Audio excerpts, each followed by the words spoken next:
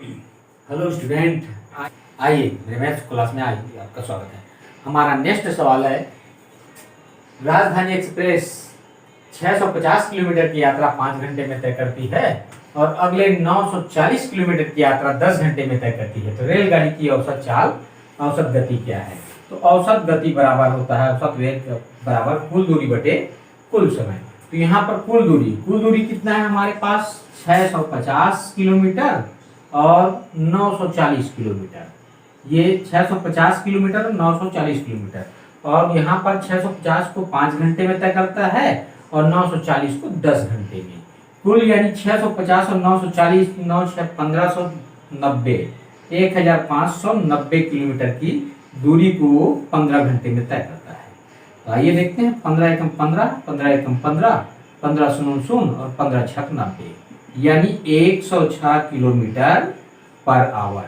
106 kilometre per hour. यहाँ पर हम सीधा दोनों को जोड़ दिए, 9 से 15 और 50 में 40 जोड़े तो 90, 1590 हो गया। 10 घंटे और 5 घंटे यानी 15 घंटे भाग दे दी तो 106 किलोमीटर पर आवर आएगा, जो कि हमारा ऑप्शन नंबर 100 नंबर है, 106 किलोमीटर पर आवर।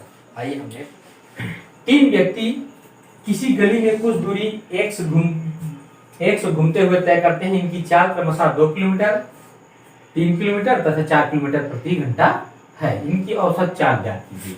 3 व्यक्ति है हमारे पास, ए, बी और सी।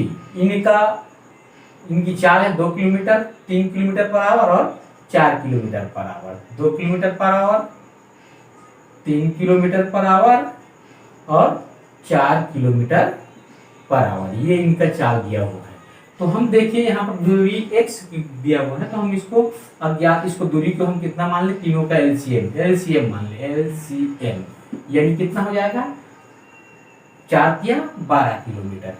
12 किलोमीटर की दूरी है, मतलब तीनों का हमारा वो दूरी है 12 किलोमीटर, जिसको घूमते हुए इन लोग तय करते हैं। कितने कितने का? एक। हाँ, तो यहाँ पर कुल दूरी बटे कुल समय है। औसत चाल बराबर हम देख लेंगे। यहाँ पर औसत चाल बराबर कुल दूरी हो जाएगा 12, 12, 12, तीनों 12, 12, 36 किलोमीटर, यानी 3 गुणी 12 कर देता हूँ, 36 किलोमीटर के है ना। तीनों को 12, 12 किलोमीटर हो गया। और इसका ये कितना घंटा लगाएगा? ये 2 घंटे के आधार पे है ना, ये 2 किलोमीटर के आधार पर 12 किलोमीटर को 6 घंटा लगाएगा। ये दूसरा व्यक्ति 4 घंटा और तीसरा व्यक्ति 3 घंटा, यानी 6, 4, 10, 3, 13 घंटे, कुल 13 घंटे। यानी हो गया 12, 13, 36 बटे 13, कुल दूरी बटे कुल समय। कुल दूरी हो गया हमारे पास क्या है? 12, 13, 36 और समय, कुल समय हो गया 13 घंटे। ये समय को दर्शा रहा है हमारा, कितना समय को। तो इसको हम देखेंगे, भाग देंगे 36 में, तो 13 दूनी 26, 13 दूनी 26, शेष 10 बचेगा और 10, तो यहाँ पर 10 बटे 13 आगे हमारा 36 भागित हम 13 करेंगे तो 13 दूनी 26, शेष फल 10 आया। तो 2 सही 10 बटे 13 किलोमीटर पर आवर है। 2 सही 10 बटे 13 किलोमीटर पर आवर, जो कि हमारा कितना ऑप्शन है? ऑप्शन नंबर सी इसका उत्तर है। आइए हम नेक्स्ट प्रश्न खाता है कि एक आदमी 270 किलोमीटर की यात्रा का कुछ भाग बस द्वारा और कुछ भाग कार द्वारा तय करता है।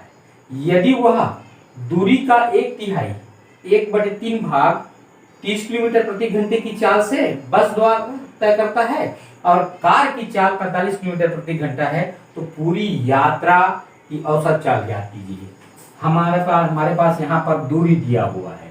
दूरी कितना? 270 किलोमीटर पर आवर, जिसमें वो बस और कार द्वारा तय करता है। तो बस और कार, बस द्वारा ये 1/3, 270 का 1/3, 270 का 1/3 यानी 90 किलोमीटर। 90 किलोमीटर कितना हो जाएगा? 3 या 27, 3, तो ये 90 किलोमीटर की दूरी को बस द्वारा तय करता है और बाकी 180 किलोमीटर की दूरी को कार द्वारा तय करता है। देखिए यहाँ पर कुल दूरी, औसत चाल बराबर कुल दूरी बटे कुल समय। कुल दूरी बटे कुल समय, यहाँ पर कुल दूरी हो जाएगा हमारा 270 किलोमीटर और कुल समय यदि देखें तो ये 90 किलोमीटर को 30 किलोमीटर प्रति घंटे की रफ्तार से तय करता है, ये 90 किलोमीटर को। तो कितना समय लगेगा यहाँ पर? समय बराबर यहाँ 3 घंटे, 3 घंटे। और इसको कार द्वारा समय लगेगा, समय कितना लगेगा कार द्वारा? 45 के रफ्तार से 45 चौक 180 होता है, तो 4 घंटे लगेगा। कुल समय कितना हो गया? 4 और 3 7 घंटे। आइए इसको हम भाग देते हैं, तो ये कितना? 7 या 21, 7 या 21 बचा 6 बचेगा, 60 हो गया। तो 60 फिर 7 8 56 बचा कितना हमारे पास? 4, तो 4/7 लिख देते हैं, यानी 270 भागित 7 करेंगे तो 7 या 21 घटाए तो यहाँ पर 6 60 हो गया, और 7 8 56 बचा 4, जो कि हमारे पास आ गया 38 से 4/7 किलोमीटर पर आवर। यहाँ पर हमारा ऑप्शन आ गया, कौन सा ऑप्शन नंबर हमारा? ऑप्शन नंबर ए हमारा इसका आंसर हो गया।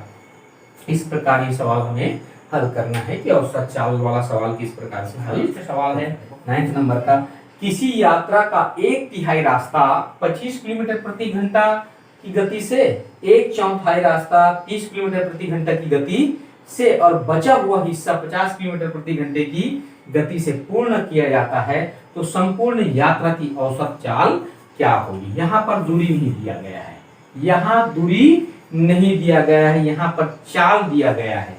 चाल 3 अलग अलग हिस्सा को, यहाँ पर दूरी हमारे पास पता नहीं, इसमें से 1/3 दूरी, कुल दूरी का 1/3, 1/3 यानी इतनी दूरी को कितना? हाँ 40 किलोमीटर 30 किलोमीटर 25 किलोमीटर प्रति घंटे की रफ्तार से, फिर अगला 30 किलोमीटर प्रति घंटे की रफ्तार से, और इसको बचे हुए को 50 किलोमीटर प्रति घंटे की रफ्तार से तय करता है। तो इन तीनों का एलसीएम यदि मैं निकाल दूं तो इनका एलसीएम हो जाएगा 30, 50 का डबल 100 होता है, 30 का भाग नहीं जाएगा, 150 में तीनों का भाग चला जाता है। तो हम 150 न मान करके 150 का डबल 300, 300 का डबल 600 किलोमीटर दूरी, 600 किलोमीटर है। मान लीजिए जितना भी बड़ा लिखेंगे वो बहुत ही आसानी के साथ दशमलव से बच जाएंगे हम लोग। तो ये क्या है? हाँ ये कुल दूरी हो गया हमारे पास कितना? 360 नहीं सॉरी 600 किलोमीटर, जिसमें से 1/3, 1/3 मतलब 1/3 यानी 600 का 1/3 होता है 1/3 यानी 200। 200 किलोमीटर की दूरी को तय करता है 25 किलोमीटर पर आवर से, और 600 का ही 1/4 भाग को, 1/4 यानी 150, 150 किलोमीटर की दूरी को तय करता है 30 किलोमीटर प्रति घंटे की रफ्तार से। अब देखो 600 और यहाँ दोनों जोड़ दिए तो 350, बचा कितना हमारे पास? अब बची हुई दूरी, बचा हुआ क्या बचा? दूरी हमारे पास कितना? ये 350 हो गया, 600 में 350 यानी 250 किलोमीटर की दूरी को तय करता है कितने के औसत चाल से? 50 की चाल से, 50 किलोमीटर। तो यहाँ पर हमारा आ जाएगा कि औसत चाल बराबर होता है कुल दूरी, जो कि कुल दूरी हमारे पास 600 किलोमीटर ही रहेगा, और कुल समय यदि 200 किलोमीटर को 25 किलोमीटर प्रति घंटे की रफ्तार से जाएगा तो 25 8 200 यानी 8 घंटा लगेगा। 150 किलोमीटर जो कि 1/4 है, इसको 30 किलोमीटर के आधार पर जाएगा तो ये 5 घंटा लगेगा, और शेष जो दूरी 250 किलोमीटर है उसको 50 किलोमीटर प्रति घंटे की रफ्तार से जाएगा तो यहाँ भी 5 घंटा लगेगा। कुल मिलाकर यहाँ पर हमारे पास आ गया 600, और यहाँ 5 5 10 और 18, 600/18 यानी ये हो गया। हम 6 से काटेंगे तो 100, 6 या 18, 6 सॉरी यहाँ पर 6 ये 100 आ जाएगा, और 6 या 18 आ जाएगा, 100/3 जो कि हमारा आ जाएगा 33 सही 1/3 किलोमीटर पर आवर, 33 सही 1/3 किलोमीटर पर आवर, जो कि हमारे पास ऑप्शन नंबर बी है। यहाँ पर ऑप्शन बी दिया हुआ है 33 सही 1/3 3 किलोमीटर पर आवर। इस प्रकार इस सवाल को हमें हल करना है। जहां पर यदि दूरी नहीं दिया है तो वहां पर दूरी को हम इन जो हमारे पास दिए गए जो चाल है उनका एलसीएम मान लेंगे, और इन एलसीएम को यदि हम उतना ही मान लेंगे तो वो क्या हो जाएगा, दशमलव में कटेगा। इसलिए इसका और बड़ा से बड़ा रूप यदि मान लेंगे तो ये हमारा सवाल बहुत ही आसानी के साथ बन जाता है। इस प्रकार ये सवाल हम हल करेंगे। यदि यह वीडियो मेरा पसंद आया होगा तो आप इसको लाइक एवं शेयर कीजिए, साथ ही साथ सब्सक्राइब कीजिए ताकि मेरा नेक्स्ट वीडियो आपको मिल सके। धन्यवाद।